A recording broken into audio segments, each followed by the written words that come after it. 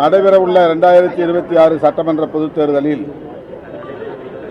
திராவிட முன்னேற்றக் கழக தலைவர் மாண்புமிகு முதலமைச்சர் மு.க.ஸ்டாலின் அவர்களும் விடுதலை சிறுத்தைகள் கட்சி தலைவர் திரு தொல் திருமாவளவன் அவர்களும் இன்று 24/3/2026 தொகுதி உடன்பாடுகள் குறித்து கலந்து பேசியதில் மதச்சார்பற்ற முற்போக்கு கூட்டணியில் இடம்பெற்றுள்ள விடுதலை சிறுத்தைகள் கட்சி தமிழ்நாட்டில் மொத்தம் 8 சட்டமன்ற தொகுதிகளில் போட்டியிடுவது எனவும் அவற்றில் 6 தனி தொகுதிகளிலும் 2 பொது தொகுதிகளிலும் போட்டியிடுவது எனவும் முடிவு செய்யப்பட்டது. தலைவர் திமுக ஒப்பம், தலைவர் விடுதலை சிறுத்தைகள் கட்சி ஒப்பம். மதசார்பற்ற முற்போக்கு கூட்டணியில் அங்கம் வகிக்கும் விடுதலை சிறுத்தைகள் கட்சிக்கு 8 இடங்கள் ஒதுக்கப்பட்டுள்ளன. 6 இடங்கள் தனி தொகுதிகள், 2 இடங்கள் பொது தொகுதிகள். நேற்று நடந்த விடுதலை சிறுத்தைகள் கட்சியின் உயர்நிலைக் குழு கூட்டத்தில் இரட்டை இலக்கத்தில் தொகுதிகளை பெற வேண்டும் என்றும் ஒரு மாநிலங்களவை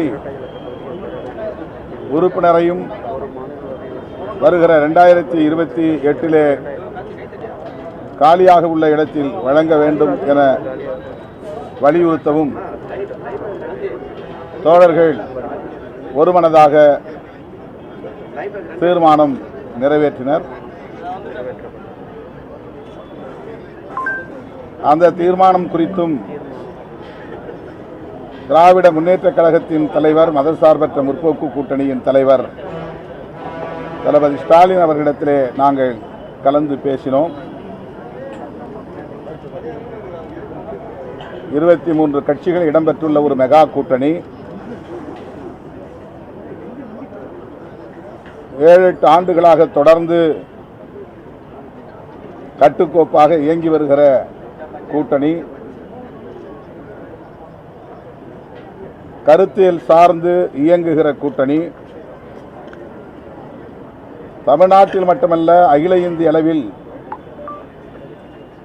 மதவெறி சக்திகள், சாதிவெறி சக்திகள், வலதுசாரி சக்திகள் வலுப்பெறுவதை தடுக்க வேண்டும். நாட்டையும் மக்களையும் மதவாத வெறுப்பு அரசியலில் இருந்து பாதுகாக்க வேண்டும் எனவும் உறுதியேற்று செயல்படுகிற கூட்டணி. இந்த கூட்டணியின் வெற்றியை முன்னிறுத்தி அனைத்து கோணங்களிலும்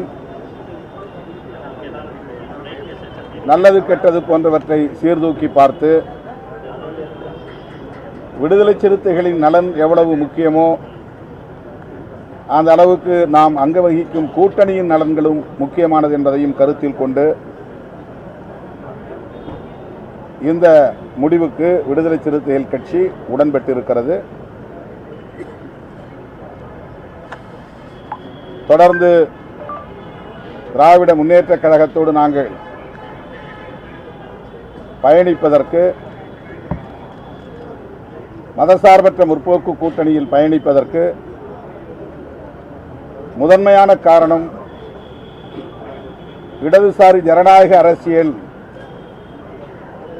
தமிழ் மண்ணில் பாதுகாக்கப்பட வேண்டும் என்பதுதான். வலதுசாரி பிற்போக்கு அரசியல் காலூன்றிவிடக்கூடாது, வலுப்பெற்றுவிடக்கூடாது, அது தமிழ்நாட்டுக்கும் நல்லதல்ல, இந்திய தேசத்திற்கும் நல்லதல்ல என்கிற பார்வையில் இருந்துதான் என்பதை அவ்வப்போது நாங்கள் தெளிவுபடுத்தியிருக்கிறோம், உறுதிப்படுத்தியிருக்கிறோம்.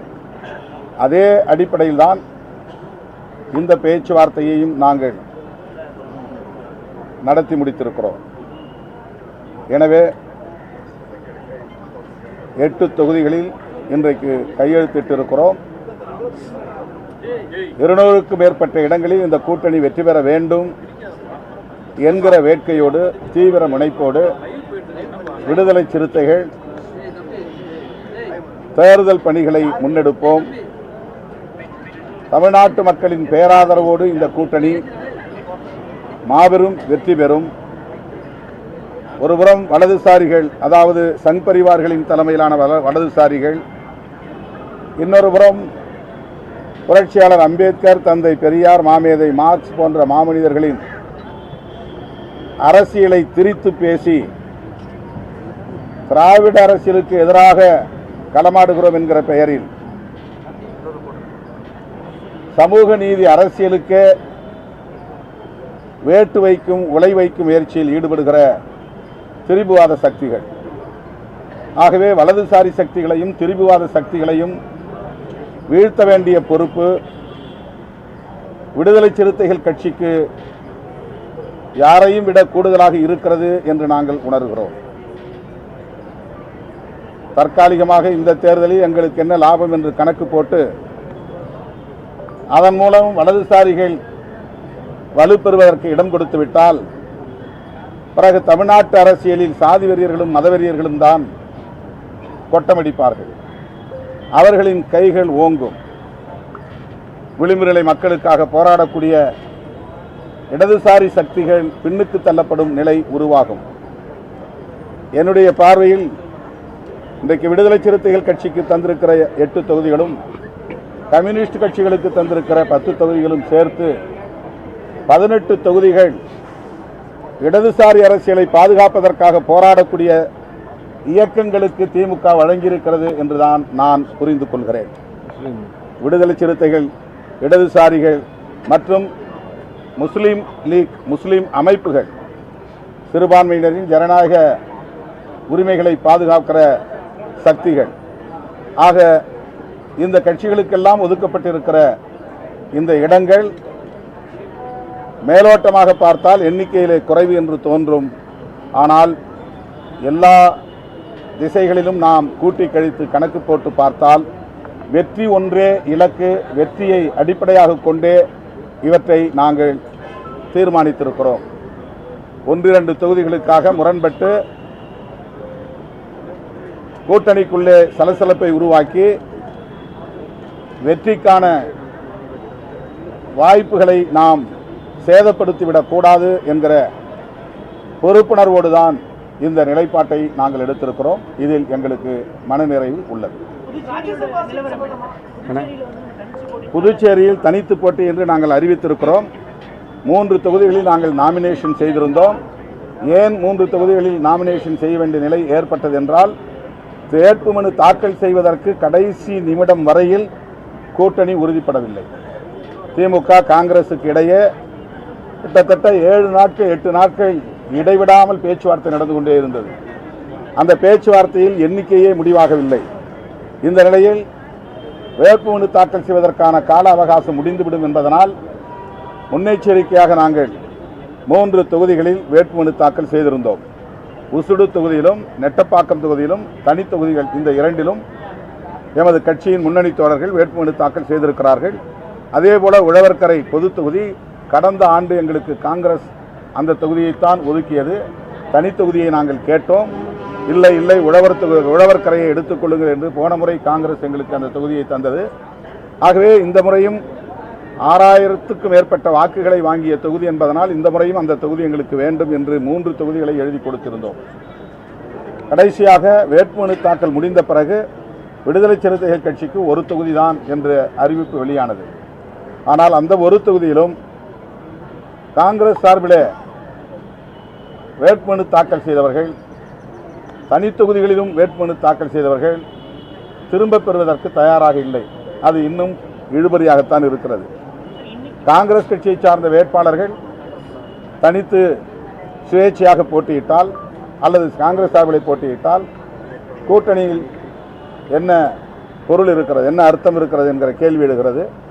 ஆகவேதான் அந்த 3 தொகுதிகளிலும் தனித்து போட்டி என்று அறிவித்திருக்கிறோம். திமுக தரப்பில் எங்களுக்கு சொல்லப்பட்டிருக்கிற தகவல், வேட்புமனுவை திரும்ப பெறுவதற்கான கால அவகாசம் இருக்கிறது, எனவே பொறுமையாக இருக்க வேண்டும் என்ற வேண்டுகோளை வைத்திருக்கிறார்கள். நாங்கள் பொறுத்திருக்கிறோம்.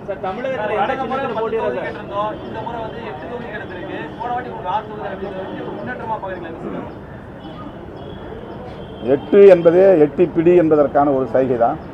எங்கள் இலக்கை எட்டி பிடிப்பதற்கான ஒரு இடமாக இதை பார்க்கிறோம். எட்டுவோம், எங்கள் இலக்கை எட்டுவோம், வெற்றியை எட்டுவோம். நாங்கள் தமிழகத்தில் தவிர்க்க முடியாத ஒரு சக்தி என்பதை நிலைநாட்டுவோம்.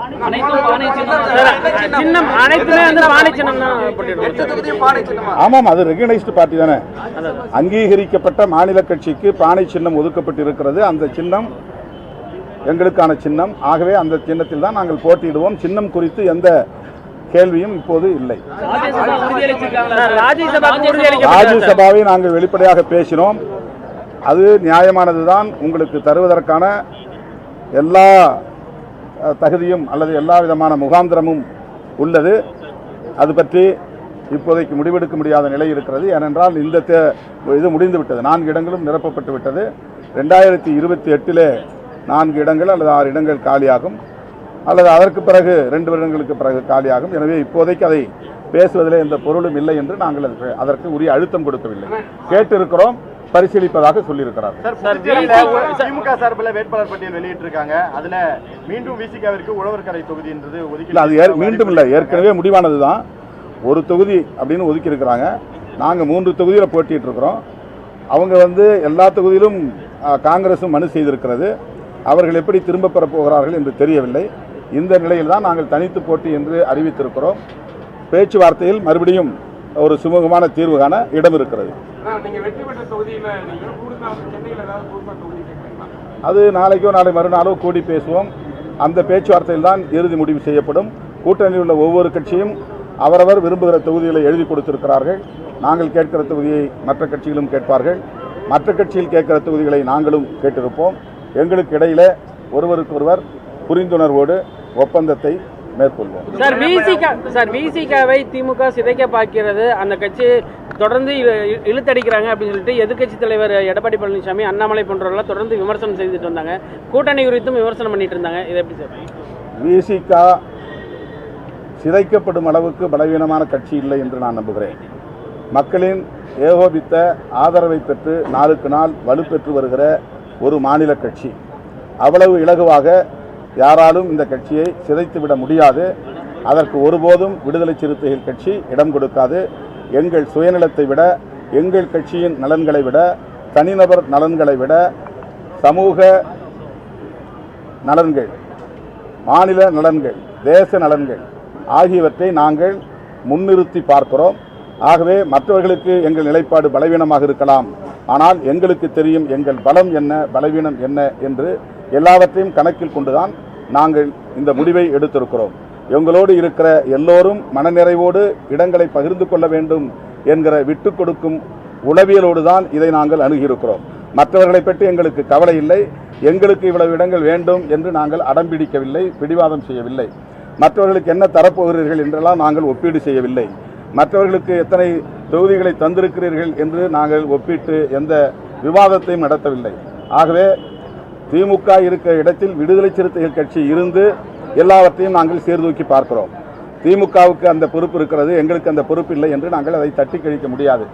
கூட்டணிக்கு திமுக தலைமை தாங்குகிறது என்றாலும் கூட அந்த இடத்திலிருந்து திமுக எப்படி எல்லாவற்றையும் அணுகுகிறதோ அதே போல விடுதலை சிறுத்தைகள் கட்சியும் அந்த இடத்திலிருந்து எல்லாவற்றையும் நாங்கள் சீர்தூக்கி பார்க்கிறோம். அந்த அடிப்படையில் தான் எங்களோடு பயணிக்கக்கூடிய எல்லோருக்கும் மனநிறைவான இடங்களை தர வேண்டும் என்பதையும் கூட நாங்கள் சுட்டிக்காட்டியிருக்கிறோம். ஆகவே இந்த முடிவில் யாரும் எங்களை வீழ்த்துவதற்கோ பலவீனப்படுத்துவதற்கோ ஒருபோதும் இடமில்லை. அந்த அளவுக்கு இடம் கொடுக்கிற அளவுக்கு நாங்கள் பலவீனமாகவும் இல்லை. எங்க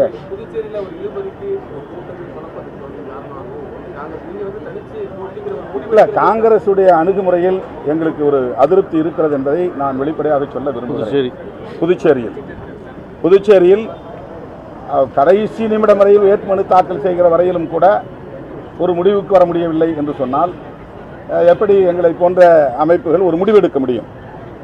ஒரு தொகுதி என்று ஒதுக்கிய பிறகு வெளிப்படையாக நாங்கள் கூட்டணி முடிவுக்கு ஏற்ப, ஒப்பந்த முடிவுக்கு ஏற்ப செயல்பட தயாராக இருக்கிறோம் என்பதை வெளிப்படுத்த வேண்டிய பொறுப்பு, உறுதிப்படுத்த வேண்டிய பொறுப்பு கூட்டணிக்கு தலைமை தாங்குகிற காங்கிரசுக்கு. பாண்டிச்சேரியை பொறுத்தவரையில் அது 16 இடங்களில் போட்டியிடுகிறது, காங்கிரசுக்கு உள்ளது. ஆகவே அங்கு ஒரு குழப்ப நிலை இன்னும் நீடிக்கிறது. அதில் இன்னும் சொல்ல போனால் திமுக போட்டியிடக்கூடிய ஒரு 4-5 தொகுதிகளிலும் காங்கிரஸ் வேட்புமனுக்களை திரும்ப வருமா என்கிற சந்தேகம் உருவாகி இருக்கிறது. அவர்கள் ஃப்ரெண்ட்லி ஃபைட்டிங் என்கிற பெயரில் நீங்களும் நில்லுங்கள், நாங்களும் இந்த 4 இடங்களில் இருக்கிறோம், யார் வெற்றி பெறுகிறார்களோ தேர்தலுக்கு பிறகு நாம் ஆட்சி அமைக்கிற போது ஒப்பந்தம் செய்து கொள்வோம் என்பதை போன்ற வாதங்களை செய்கிறார்கள் என்றும் கேள்விப்படுகிறோம். ஆகவேதான் எங்கள் தோழர்களுடைய உணர்வுகளுக்கு மதிப்பு கொடுத்து நாங்கள் தனித்து போட்டி என்று அறிவித்திருக்கிறோம். காங்கிரஸ் ஆட்சியிலே இல்லை, பல மாநிலங்களுடைய ஆட்சி இழந்திருக்காங்க. ஆனால் மறுபுறம் பாஜக மாநிலம் பல்வேறு நாடுகள் அந்த கட்சி கூட்டணிக்கு மதிப்பு 10 குறைச்சிக்கிறாங்க. ஆனால் காங்கிரஸ் அவங்களுடைய நிலையை அறியாமல் தொடர்ச்சியாக கூட்டணி கட்சிகள் அழுத்தம் போட்டு தங்களை நிரூபிச்சுக்க முயற்சி பண்றாங்க. இந்த கேள்விக்கு நீங்கள் காங்கிரஸ் தலைவரிடம் தான் கேள்வி விடையை எதிர்பார்க்க வேண்டும். இதை நாங்கள் கருத்து சொல்ல எதையும் விரும்பவில்லை.